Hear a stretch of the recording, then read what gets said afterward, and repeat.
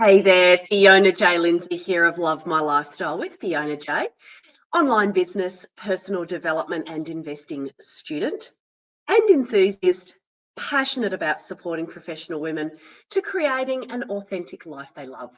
Today I'm coming to you live from my media room here in my homestead on my property in the northeast of Victoria, Australia. And welcome to hashtag What I Love Wednesdays with hashtag Coach Fee.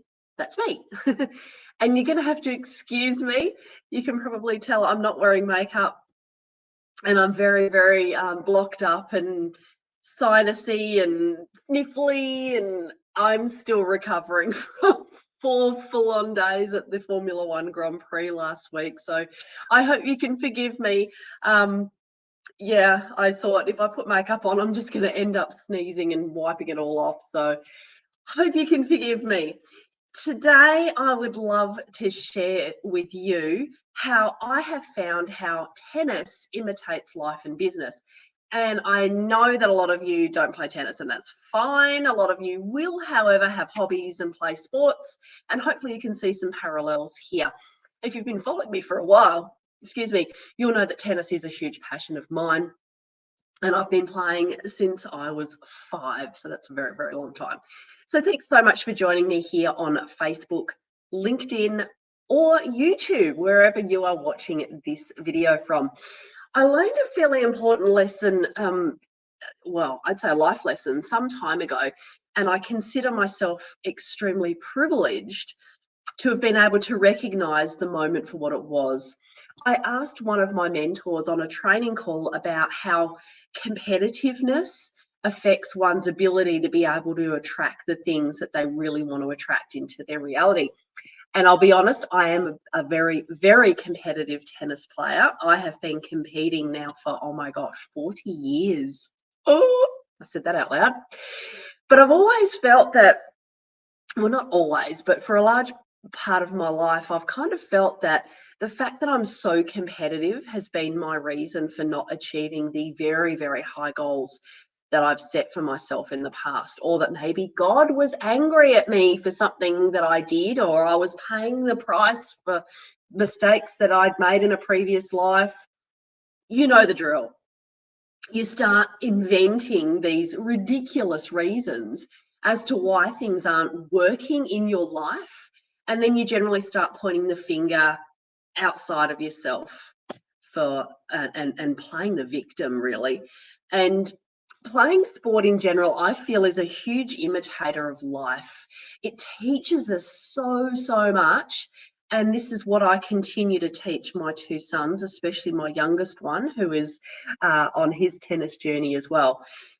It teaches us about patience. And generally, no matter what sport, we have to wait our turn to have a go, don't we? Even if we're playing doubles in tennis, we're not hitting the ball every single time it comes over the net. It teaches us about teamwork. We have to be able to work together to achieve the same goal. It teaches us about effective communication. And in tennis, that can be all sorts of things, from doing this behind your back and saying no or leave it, or but yelling at your fellow team player doesn't really help, does it? And it inadvertently teaches us confidence by demonstrating that when we really put in the training and we do our best on the day, we can get that result that we're striving to achieve. But how does this translate to our everyday lives? And is it practical? So here's the lesson that I learned. Being competitive, so competitiveness in everyday life tends to be destructive, whether it's from a personal or a business perspective. Businesses that primarily focus on what their competitors are doing will eventually lose the focus on what they're doing. And consumers these days are far too savvy. We're far too educated, aren't we, and informed. And we tend to see pretty quickly when a company is just copying what another company does and just changes their prices. I mean, if you're located here in Australia, you probably have a favourite supermarket that you go to. It's probably either Coles or Woolies. It's very rarely both. We tend to stick with one and not the other. But these companies that are so focused so much on what the other is doing, you know what? I just wonder how long, they'll last in the marketplace. So many small businesses go out of business, but just simply due to a lack of focus on what they're doing, because they become so fixated on their competitors, and they end up losing their own identity, their own creativity, their own flair. And it can be the same in sport too. I mean, think about it. Do you think that Roger Federer sits and watches Rafael Nadal all day long? Of course not. He's focused on refining his own game, improving his own skills. And the same goes for all Olympians. They go out there, they prepare as best they can, they go into qualifying believing that they've done everything that they can.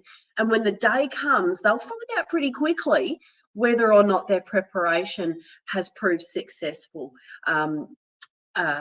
in competing against others.